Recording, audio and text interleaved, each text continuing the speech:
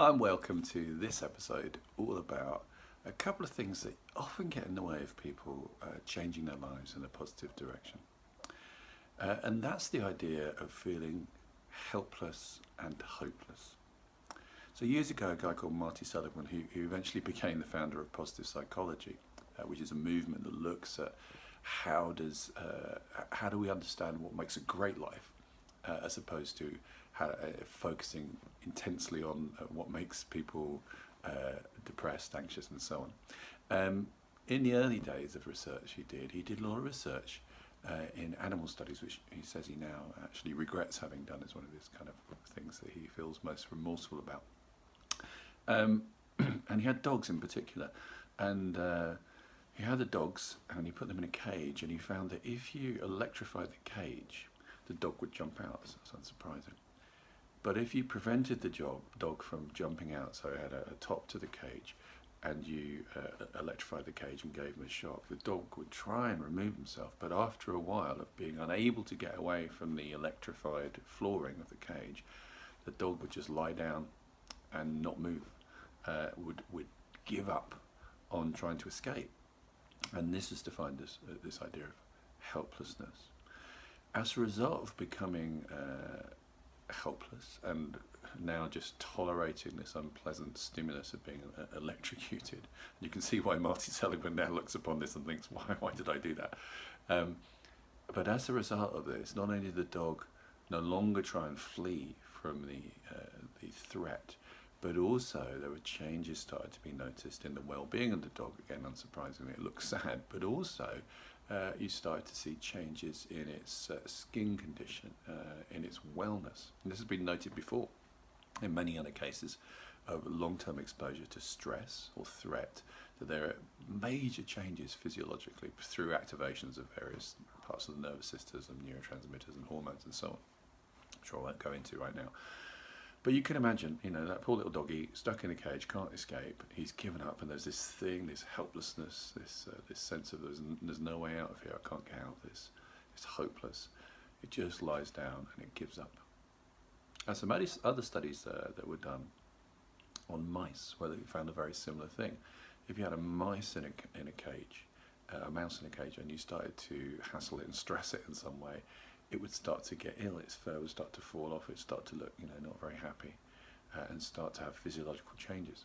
But what's interesting is if you had two mice in the cage, that didn't happen. It seemed like having someone with them made it more manageable. So how does this dog and mice experiment relate to us humans? Well, one of the things I spend a lot of time looking at is health. And if you get stuck with a health condition and you try all the options that seem to be available, and you get to a point where people say, there's nothing really that can be done, or this is very hard or very impossible, or you can only expect this much improvement in your life, then you start to get into a helpless and hopeless pattern. And naturally, because people who you've turned to for support are saying there's nothing that can be done. But we know from the experiments on dogs, this is not good for us physiologically. So there's a real change in our immune system function and our general wellness that's not helpful in moving us from the illness position that we're in.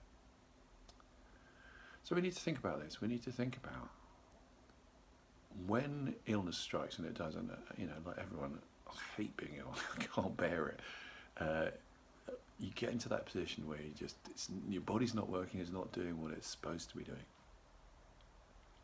If we get stuck in that position and we start to think, I'm just never going to get rid of this, then this has a really, really significant impact on our physiology, because we start to trigger that helpless, hopeless phenomenon, which is reasonable, but really not useful, because it locks us into thinking this is going to stay the way it is, but it also has a physiological effect on us.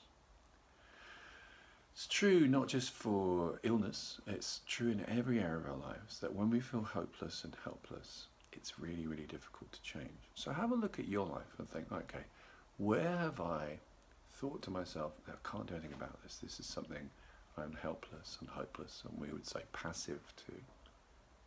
And then ask yourself, well, is there something I can do about this? Can I influence this? What difference can I make? And to think about who could support you in that Because remember, the two mice in the cage, having someone with you on that journey is really important. Someone who experiences what's going on for you in a supportive way. Or it could be that you need to be there for somebody else, being there, supporting them, and just saying to them, look, I know what that's like. That's a really powerful healing experience for people. Physiologically, it makes a massive difference. So think about that. Think about, where do you feel helpless or hopeless, or who do you know who's helpless and hopeless? Who could you encourage to help you, to support you, to be there for you? Who could you be there for? And what difference could you make in those areas which you've started to think, I can't do anything about this? Just to start the process, to roll that first little snowball down the hill that will gather pace as it runs. Thinking, well, maybe there is a way through this. Just perhaps, just maybe. And those two little words, just perhaps, just maybe, are really, really important. Years ago, a friend of mine who I taught years ago, years later we were talking about something, and she said, oh yeah, what about using these words? And the maybe and perhaps used in this way are a really beautiful and elegant way to start to shift things that feel like they're stuck. So just ask yourself, if you feel stuck, well, maybe, perhaps there's a way, maybe there's a way through this. And this will just start to open up the possibility that things could be different. And that is essential for living a happy and fulfilled life. Hope you found that useful. I'll see you guys on the next episode. Bye now.